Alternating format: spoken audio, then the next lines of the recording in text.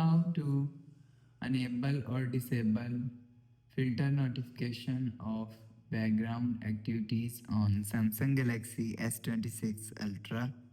So let's start the video. First of all, go to app library.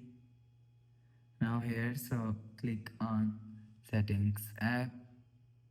Now in setting, scroll down and click on notifications.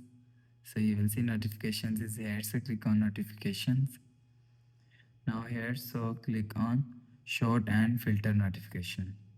So after click on short and filter notifications, so if you want to enable or disable filter notification of background activities, you will see filter notification from background activities here. So if you want to enable background activities, so turn on this button. So filter background activities is enabled.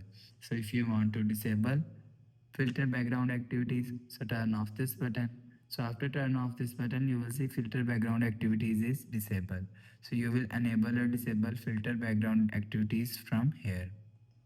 So after the process, go back to home screen, refresh phone. So that's how you can enable or disable filter notification of background activities on Samsung Galaxy S26 Ultra.